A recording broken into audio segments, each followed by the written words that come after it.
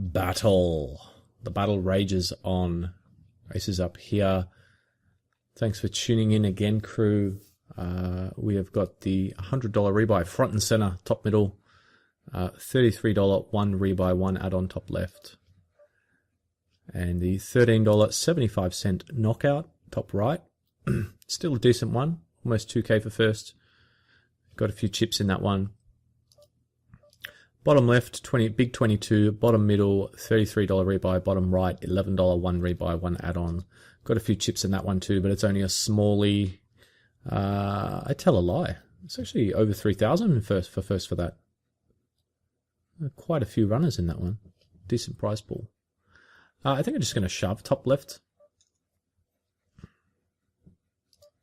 Really interesting spot. This top middle one here. I'm going to fold. Actually, it's really gross, but actually re-clicking there is actually... yeah, I mean, I think this is a sort of spot Enkino takes because he knows he gets good leverage against an M9. And I think Enkino is kind of a solid player. Wow. Somehow we got there, and then we got there again with a straight flush. That is the way to do it if you're going to get there. Yeah, I think Enkino, if he sees the small, it only has to be very small, and it doesn't have to work very often. But if we do go for the 5-bet there, the 4-bet there, it's kind of looks very nutty. It actually looks like we have the nuts because it's just such a sick spot to do it. It really is pretty sick spot to be, because if we re-click it, I mean, we've almost got half of the CS Swami's stack in, which is just grotesque. Don't get me wrong, it's grotesque. Poppy D. Jopy probably going to do that to us a fair bit here and jam. But at the same time, he's got a pretty wide range opening. Opens pretty late, pretty wide from late. He knows he's 4, 5, 6, yeah, gets pretty good leverage against the big blind. Having said that, he does have 3 players behind that 3-bet at a reasonable frequency. And so...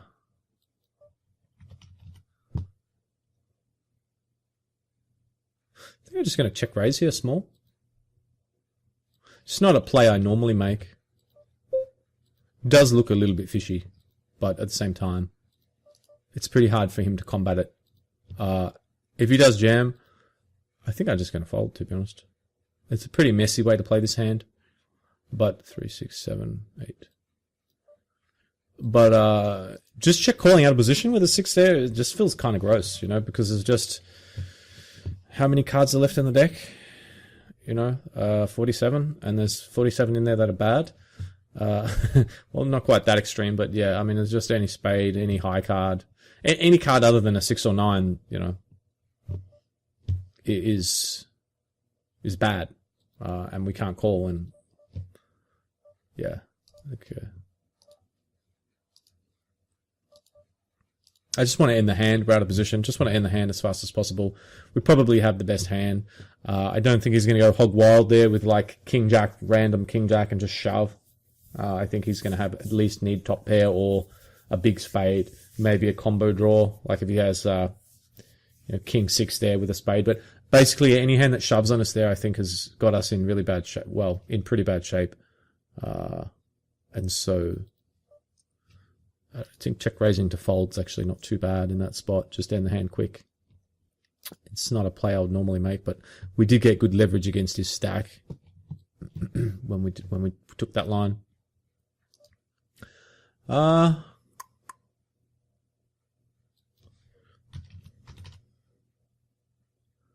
going to raise there. It's pretty close. I could go either way. I could flat. Problem with flatting is we can be dominated a fair bit. It's 12. We can be dominated quite a bit by King Jack and King Queen, Ace Jack. I think those hands like King Jack and King Queen probably fold, maybe call and fold to a small seat bet when they miss. having said that, once this guy re-clicks and puts in such a large percentage of stacks, I actually think that, well, we can fold because he looks pretty nutty. And I mean, that could be, one of the good things of the raise, is that he could actually have us crushed there. That looked pretty nutty to me, that 4-bet. And so, I mean, if we jam there and he snap folds, I'll be pretty surprised. Not impossible, but I mean, he's got tons of chips in there. He's got 8k, he's raised over 8k and he's only got 13 behind. I mean, it's a pretty gross spot to be raised folding there. But having said that, if he just thinks that I'm always bluffing, I mean, he can do it. But if we jam, he almost has to call then with any 2 cards because of the prize he's getting. So it just puts him in a really grotesque spot. So I actually think it might actually have saved us chips because, I mean, he actually could have a hand like aces, kings, queens, jacks, ace, queen, and stuff like that. So I still don't mind the play even after we got jammed because, it's just close. If it was suited, I would definitely just flat with it pre. It's got a little bit more equity. But I think off suit, it's definitely not a hand. I mean, as a hand, I honestly, I don't mind playing it in that way. But yeah, it's definitely tempting to flat. It's definitely tempting to go ahead and flat it, take the easy option. Here's a bit of fun, this one, guys. I 3-bet pre, he called. I c-bet flop, he called. I bet turn, he called. And now in the end, we river the king. So definitely going to go for value here. We're definitely running out of hands that he's likely to call with. He could be trapping us with 7s or something, but I think I'm just going to... it's just fun if he calls here because he's going to be so tilted. He's going to see that we rivered it. It does fold. He's probably got 8s, 9s, 10s, 6s and just doesn't believe. He's got a 7 and just sticks to the end. It would have been interesting actually if it was a... would have been interesting if it was an ace on the river or a queen and I decided to go for it. What would have happened?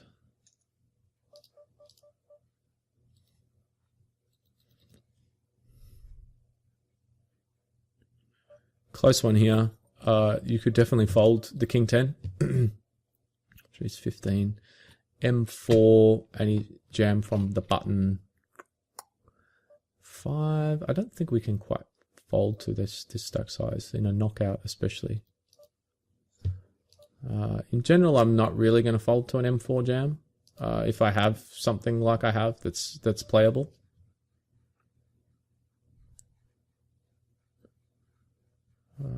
Ace 2-6 queen. And obviously, they could have 2s or like ace 5. So all that sort of good stuff. So we obviously were dominated, but getting the price that we were getting, it seemed like a no-brainer. I mean, you can do the math on it pretty easily. You can just... So when they jam, it was 4,740 to call. I'll bring out the calc. How much did I just say? 4,740. 4,740 to call.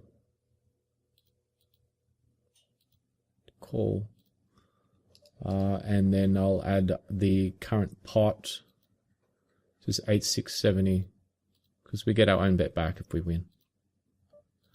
And I'm going to put that into the memory. And then I'm just going to divide our amount to call, which we just said was, what did we say it was? 4,740, short-term memory, divided by the total. So 35% equity is all we need. And then if we open Equalab,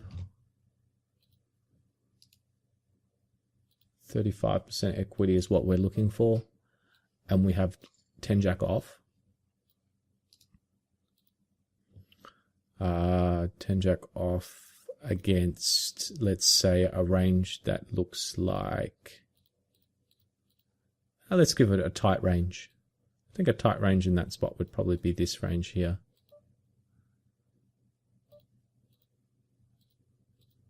Well, actually, no, that's probably not quite tight, but not loose. And we have 37% equity.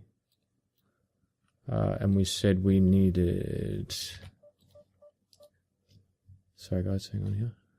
Yeah. We said we needed 35, and we have 37. So we're getting, it's a call.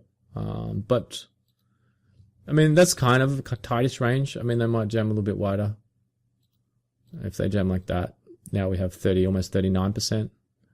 So, I mean, it's not a fist pump call, but it's definitely a call, and it doesn't really... it doesn't really affect our stack too much if we call and lose, not significantly. And the final thing that definitely makes it a call is the fact that it's a knockout. So there's a bonus. This is a really, it's a really weird spot where the players are just open for a gazillion chip spree. I'm just going to shove it in and let God sort it out.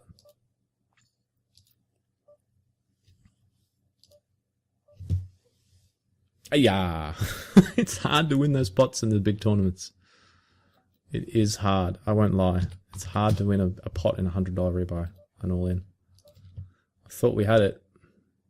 I thought we had that one. I'm going to c-bet bottom right. I think it's pretty good board for c-betting and probably barreling.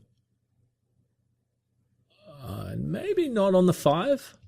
Probably any ace, king, queen, 10 probably checking for control, potentially. 9 betting, 8 betting.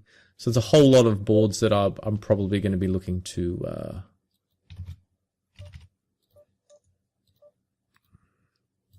a whole lot of boards that I'll be looking to double barrel on there. But I think this is not one of them, the 5, because if he's got a pair between... Well, if he's got any pair, he's not folding. And if he's heroing with, like, ace-10, he's probably still not going to fold turn, because now he's probably thinking, I can make a straight with a 2 and I still might have the best hand kind of thing. But, that's open for up for debate. That's a pretty close. So 15.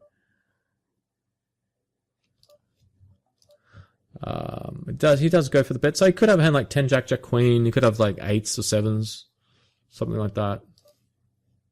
It's hard to imagine we have the best hand there. You'd have to be doing something pretty creative, floating out of position. Yeah. So the 3-bet top middle against Enkino, I mean, it was just one of those things where he's going to jam wide, but he is opening kind of wide. It's pretty close, depending on what he's jamming, as to if that's going to be profitable. But I mean, he's probably opening 9-10 off like this. But then we have a bit of a vulnerable stack. I don't know how wide he's going to open with a vulnerable stack, because it's when someone opens at that stack size with, you've got aggressive players behind, like I just folded then, you got to expect to get 3-bet a pretty high percentage. And so, it's just the nature of the beast. You got to alter your strategy a little bit based on the players behind. In that instance, if you're opening him sort of 8.5, 9, 10, 11, 12, 13, 14, you're vulnerable. You're susceptible to 3-bets because they get good leverage against your stack when they make that play. And so you've got to take that into account with your opening range. And I think Enkino's the sort of player that probably does take that into account. So I think that, 3, 6, 7. I'm not folding this, but he looks pretty nutty to me, but he could be doing it. It's a pretty polarizing raise here. I mean, he could be doing it with ace-2 as a steal, unconventional UTG, although it's more conventional these days. He could be doing it as a steal, or he could have, queens, aces, kings, and he does, but it's just a really shitty spot for us to be in. Why can't we get there? I just don't think we can quite be folding there in that spot. But it did look like he had, exactly the sort of hand he had when he raises that short UTG, and he's not overly loose. So it's kind of annoying. I don't know. Do you guys fold that? I have a hard time folding it, but maybe you could just fold it. I mean, I have sometimes in instances like that folded. I mean, if he had been like M5, I would have folded it. But I think he's M4 or 5. I probably just, in all honesty, I probably just fold it because it just looks like he's got the nuts. But if he's just that depth where he might have an open folding range, you know. Yeah, I mean, he's M7, so I think it's okay. He's probably got an open and folding range, I think, at M7. But at the same time, I mean, yeah, I mean, it's close. 40-21. It's obviously very close. And, you know, it's times like this where, you know, we run into the kings and we lose the flip before against tens with ace queen. And this comes back to something I was saying in the other part of this episode of this series. You can't miss opportunities. You've got to try and make your own, you know, destiny.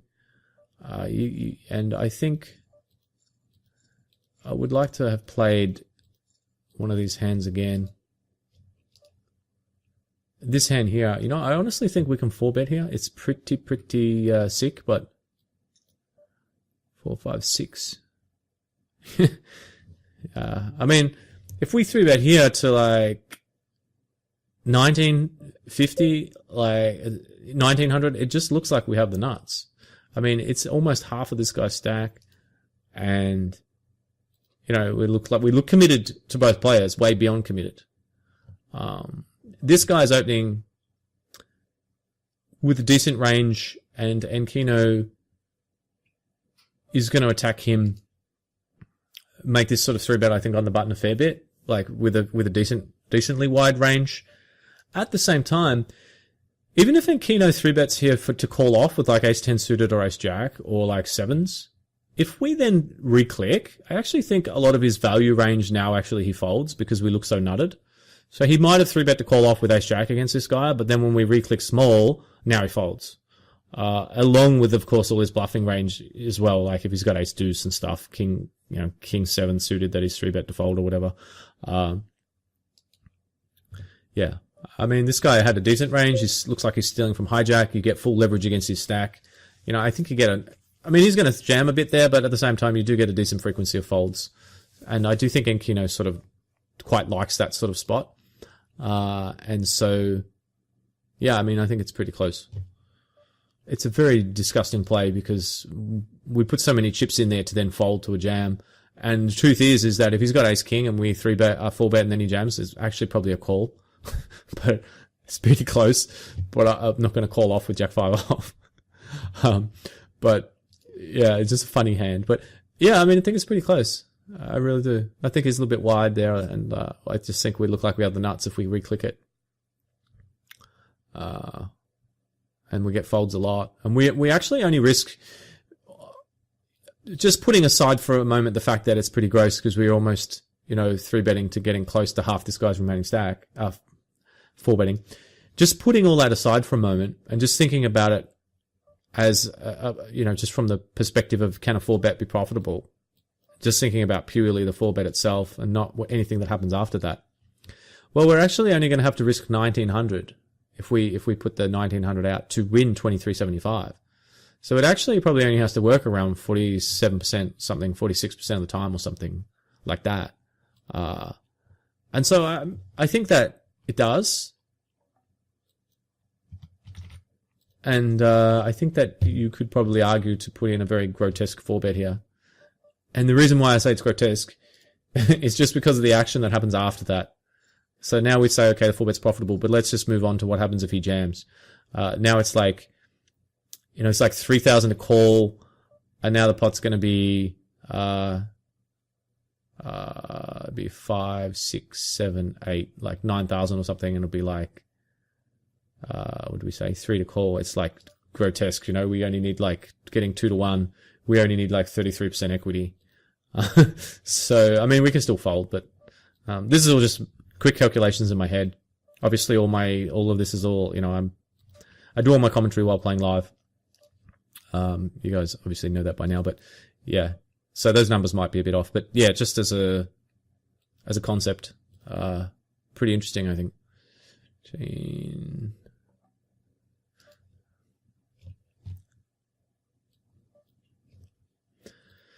Still in, chipping a chair.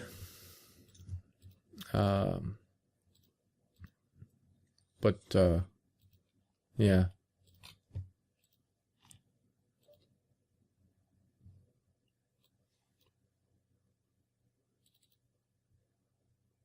Oh wow, I just realized we lost that before. I didn't even realize that. I was just playing this hand on the side while I was talking against this. He actually called on the gut shot and got there. That wasn't supposed to happen. Could probably jam that, but it's pretty close. Wow. Check jam turn. How much is it for him to call? 2,000 chips behind. He calls on a gutser. Wow. he calls on the gutser and he gets there. It's so sick. He had 6 outs, but still. So 14-21. Yeah, I think we can go for that one. And I think we can call there just because it's a rebuy and we're getting pretty big odds. It's a 5-way.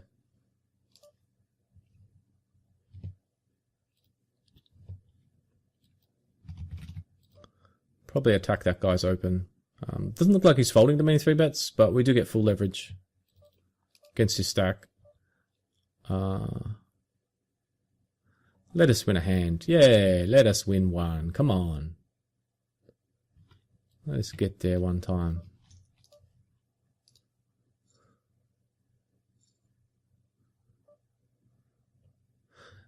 I actually kind of want to call off, but I'm not going to. But for some reason, I just feel like, yeah, I mean, I just feel something. I don't know. Just feel like he's up to something here with King Jack, but his guy's opening pretty loose. Doesn't look like he folds to 3-bets. Looks pretty aggressive, actually.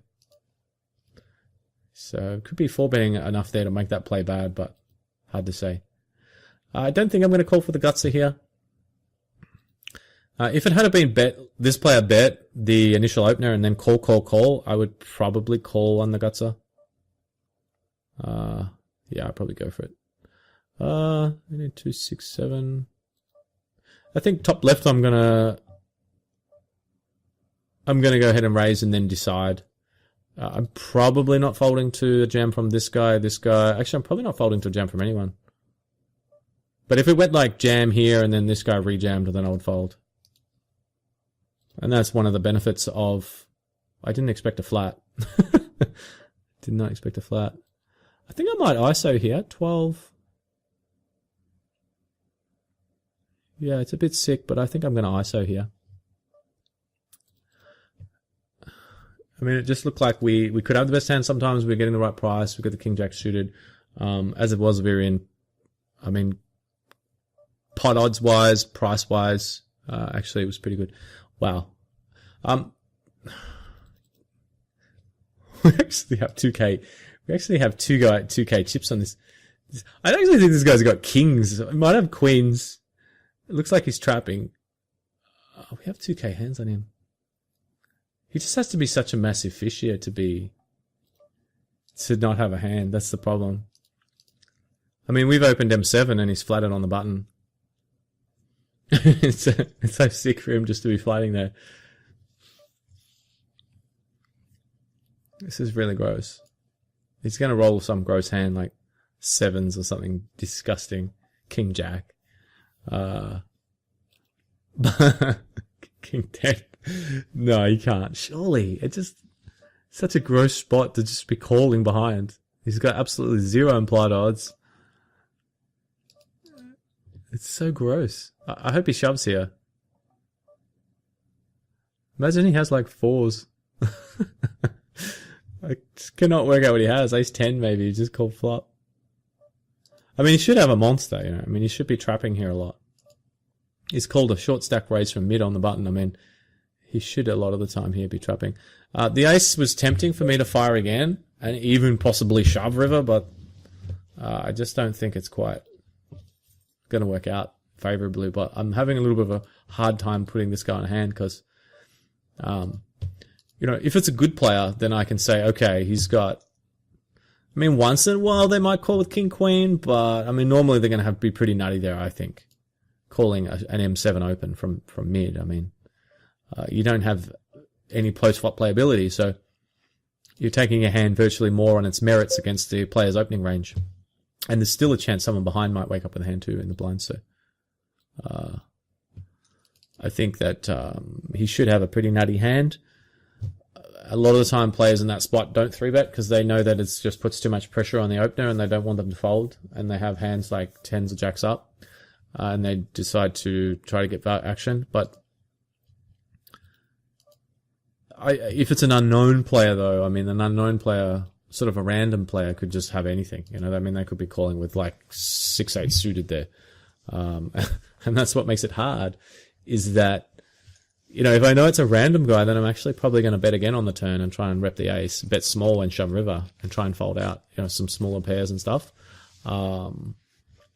Maybe, not always, but, you know, depending on how wide I think their range could be.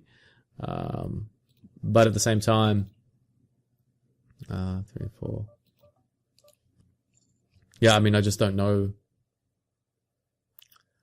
Just don't know about that guy.